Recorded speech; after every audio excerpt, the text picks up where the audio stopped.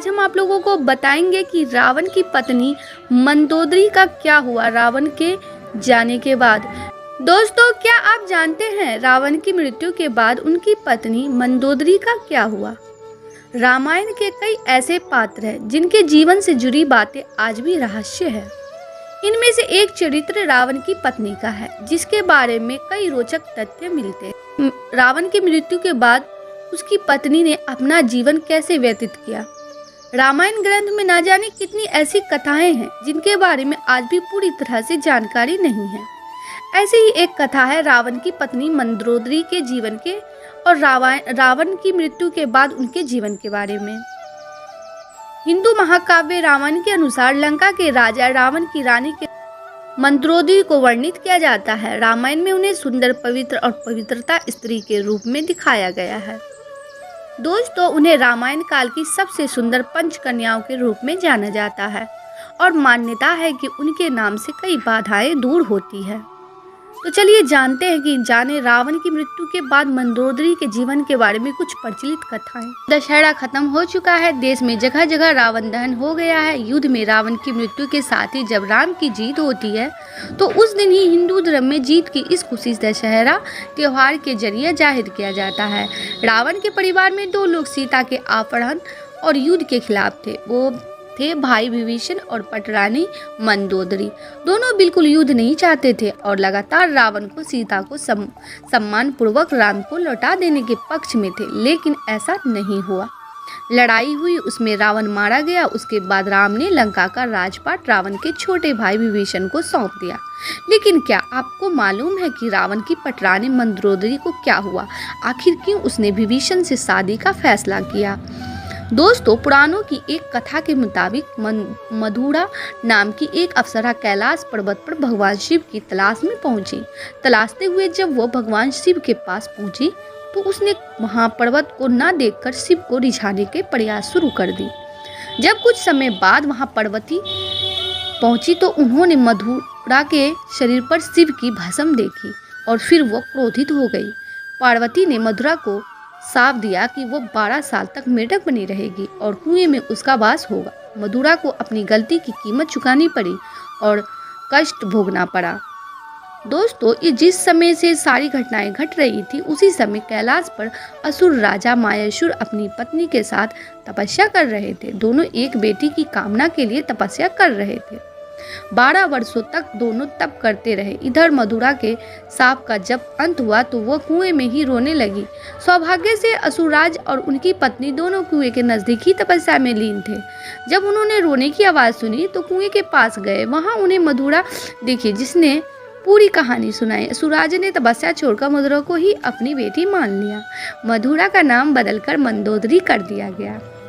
दोस्तों, असुरराज के महल में मंदोदरी को राजकुमारी का जीवन मिला। वो अपनी नई जिंदगी में बेहद खुश थी, लेकिन इसी बीच उसकी जिंदगी में रावण की एंट्री हुई। मंदोदरी के पिता मायासुर से मिलने रावण पहुंचा। वहीं उसने मंदोदरी को देखा और मोहित हो गया। उसने मायासुर से मंदोदरी का हाथ मांगा।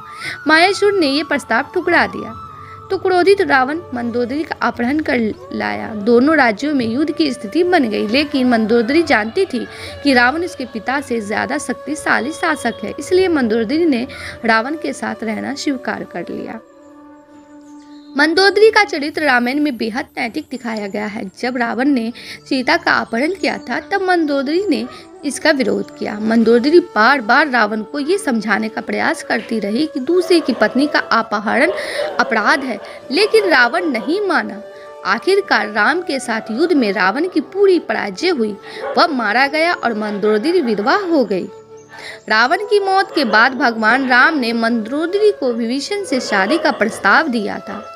रावण की मौत के बाद भगवान राम ने मंदोदरी को विभीषण से शादी का प्रस्ताव दिया था। उन्होंने समझाया कि विभीषण के साथ मंदोदरी की जिंदगी बेहतर रहेगी, लेकिन मंदोदरी ने इस प्रस्ताव को अस्वीकार कर दिया। कहा जाता है कि इसके बाद एक बार भगवान राम, सीता और हनुमान के साथ मंदोदरी को समझाने गए। तब ज्योतिष की प्रखंड विद्यमान मंदोदरी को महसूस हुआ कि धार्मिक और तार्किक तौर पर, नैतिक तौर पर सही देवर विभीषण से विवाह करना गलत नहीं होगा। ये महसूस होने पर उसने इस प्रस्ताव को स्वीकार किया। विभीषण से उसकी शादी हुई। हालांकि रावण की मृत्यु के बाद मंदोदरी के बारे में वाल्मीकि की रामायण ज़्यादा कुछ नहीं कहती, लेकिन रामायण के दूसरे वर्जन में जरूर इस बारे में काफ़ी कुछ कहा गया है। रावण के मरने के बाद जब मंदोदरी विधवा हो जाती है, तब भगवान राम विभीषण को सलाह देते हैं कि उसे अपनी भाभी से विवाह कर लेना चाहिए। ये परंपरा उन दिनों मान्य नहीं थी, लेकिन विभीषण के पहले से कई रानियां थी और वो उसके लिए तैयार नहीं थे। ये भी कहा जाता है कि अगर विभीषण ये शादी कर लेते तो उन्हें भाई की जगह लंका पर शासन का नैतिक अधिकार भी हासिल हो जाता। हालांकि ये भी कहा जाता है कि ये विवाह शारीरिक तौर पर पति पत्नी के तौर पर एक दूसरे के साथ यौन संबंधों की बजाय विशुद्ध राजकाज से जुड़ा था। लेकिन मंदोदरी भी चाहती थी कि उसके पति के निधन के बाद लंका में स्थायित्व और समृद्धि रहे। वह राम से शत्रुता की बजाय मित्रता चाहती थी। रावण की मृत्यु के लिए उसने राम को कभी जिम्मेदार भी नहीं ठहराया। एक वजह यह भी बताई जाती है कि रावण के निधन के बाद मंदोदरी भी उसकी चिता के साथ सती होने जा रही थी, लेकिन राम ने उसे रोक लिया। इसके बाद मंदोदरी के पास तेवर से विवाह करने का अलावा कोई विकल्प नहीं बचा था। दोस्तों, मंदोदरी असुरों के राजा मायासुर और अप्सरा हेमा की बेटी थी। मंदोदरी उस समय की सबसे सुंदर और गुणवती स्त्री थी। इसी वजह से लंकापति रावण ने उनसे विवाह किया और वो लंका की पटरानी बन गई। मंदोदरी के 2 पुत्र को मेघनाद और अक्षय कुमार थे। हालांकि कुछ पौराणिक कथाओं में माता सीता को भी मंदोदरी की पुत्री के रूप में वर्णित किया जाता है। मंदोदरी को एक पवित्रता स्त्री के रूप में याद किया जाता है और अपने पति रावण के लाख दोष के बावजूद मंदोदरी उनसे प्रेम करती थी और उन्हें अपना सर्वस्व मानती थी।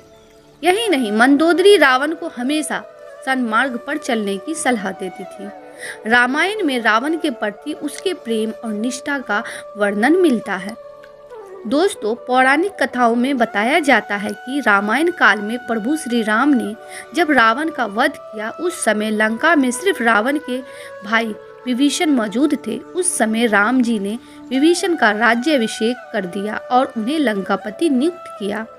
उस समय मंदोदरी ने विभीषण की शरण ले और उनकी पत्नी के रूप में जीवन व्यतीत करने लगी। हालांकि रामायण में इस बात का कहीं बहुत ज़्यादा जिक्र नहीं है और कुछ लोगों का मानना यह भी है कि रावण की मृत्यु के बाद मंदोदरी ने मृत्यु को चुना और वह सती हो गई। एक पौराणिक कथाओं में इस बात का जिक्र मिलता है कि रावण की मृत्यु के बाद राम ने मंदोदरी को सांत्वना दी और उन्हें रानी और उनके पति की विधवा के रूप में उनके कर्तव्यों को याद दिलाई। इसके साथ ही उन्हें लंका के नए राजा की पटरानी बनने की सलाह भी दी। लेकिन मंदोदरी ने विधवा का जीवन ही स्वीकार किया और आध्यात्म में डूब गई। मंदोदरी ने अपना आगे का जीवन धार्मिक प्रथाओं के लिए समर्पित कर दिया। हालांकि इसका भी कोई ठोस प्रमाण नहीं मिलता है और यह इस तथ्य पर आधारित है कि मंदोदरी एक धर्मपरायण स्त्री थी और शायद इसी वजह से रावण की मृत्यु के बाद उन्होंने ऐसे ही जीवन को अपनाया होगा। दोस्तों, मंदोदरी हेमा नाम की अप्सरा की बेटी थी।